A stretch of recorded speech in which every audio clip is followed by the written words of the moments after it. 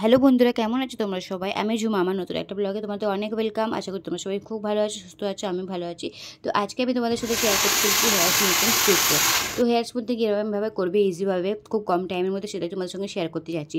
তো দেখতে পাচ্ছ চুলটাকে আমি হেয়ার ওয়াশ করে নিয়েছি প্রথমে, আর চুলটা ভালোই কার্লি আছে। উনি আরও একবার করেছিলেন 2 বছর আগে। তো ওনাকে আমি প্রথমে জিজ্ঞাসা করে নিয়েছি, আপনি কি কখনো আগে চুল হেয়ার স্মুথিং করেছিলেন? তো বললো হ্যাঁ আমি করেছিলাম, তো 2 বছর হয়ে গেছে। কেননা দেখো, প্রথমেই হচ্ছে আমাদের কাজ হচ্ছে কাস্টমারকে জিজ্ঞাসা করে নেওয়া কি আপনি কবার হেয়ার স্মুথিং করেছিলেন, আর কতদিন আগে করেছিলেন। কেন ভালো স্ট্রাকচার যেমন থাকবে না, সেই উপরে আমাদের হেয়ার স্মুথিংটা দিতে হবে। কেননা যদি একবার হয়ে থাকে ইয়া 2বার হয়ে থাকে ইয়া ভার্জিন হেয়ার হয়ে থাকে, সেটা আলাদা আলাদা প্রসেস থাকে, টাইমও আলাদা থাকে, আর পদ্ধতিও আলাদা থাকে। তো সেই জন্য আমি প্রথমে জিজ্ঞাসা করে নিয়েছিলাম, উনি বললেন আমি 2 বছর আগে করেছি। তো প্রথমে হেয়ারটাকে ওয়াশ করে নিয়েছি, তারপর আমি এখানে ব্লো ড্রাই করে নিয়েছি। আমি না স্মুথিংয়ের টাইমে ব্লো ড্রাইরই করি না, আইনিং করি না। কেননা অনেক কার্লি যদি থাকে, বেবি হেয়ার থাকে, তবে আমি আইনিং করি, নাহলে আমি ব্লো ড্রাই করি, চুলটাকে শেড করে নিই। আর এখানে দেখতে পাচ্ছ স্মুথিংয়ের এই যে স্ট্রিক্সের প্রোডাক্টটা না খুব ভালো রেজাল্ট দেয়। তো আমি এখানে প্রোডাক্টটা বের করে নিচ্ছি।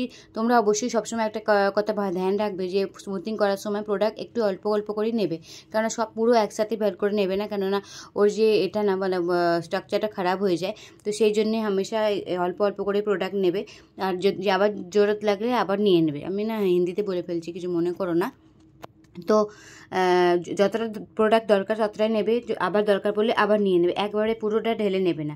তো আমি ফার্স্ট যে ক্রিমটা আছে স্ট্রিক্সে, সেটা অ্যাপ্লাই করছি। একদম পাতলা সেকশানে অ্যাপ্লাই করতে হবে, কারণ যত পাতলা সেকশান নিয়ে অ্যাপ্লাই করবে তত রেজাল্ট ভালো আসবে। তো সেই জন্য আমি একদম পাতলা সেকশান নিয়ে ওটাকে অ্যাপ্লাই করছি। আর ভালো করে অ্যাপ্লাই করতে স্মার্চ করতে হয় ভালো করে, যাতে কোথাও ছুটে না যায়। আর অ্যাপ্লাই করার পর অবশ্যই কম করা জরুরি আছে, প্রত্যেক সেকশানে একবার করে কম করা জরুরি আছে। তাহলে কম করলে কি কোনো চুল না ছেড়ে যাবে না, সব পার্ট টু পার্ট সব চুলেতেই লেগে যাবে ক্রিমটা। আর অবশ্যই একবার পুরোটাই কম করে নেওয়া দরকার আছে।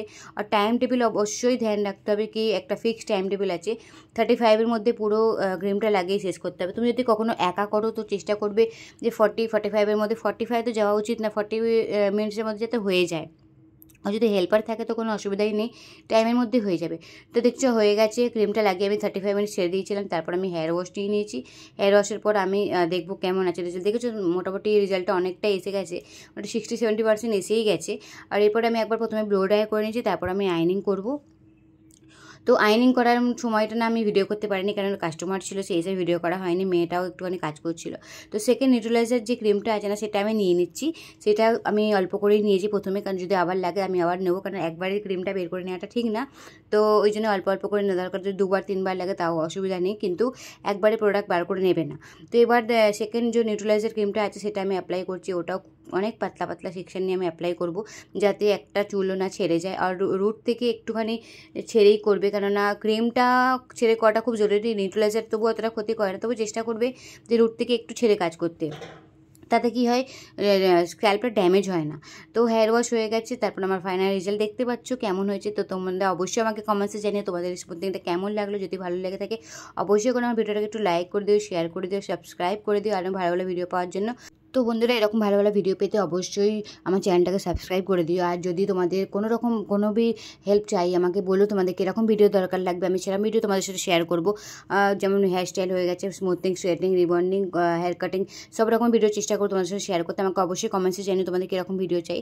আর কাস্টমারের মধ্যে থেকে শুনে ওনার কেমন লাগে, क्या बोलते हैं, देखना चाहिए। हाँ, कैसा लगा आपको? आप बोलो, आपको कैसा लगा? मस्त लगा। खुश हुए आप? हाँ, बहुत। चलो हमें थोड़ा सिटी को वोट दे के आते। इतने सारे वोट के लाए, बापरे। नाही काय पण नाही, सिर्फ कमल ना।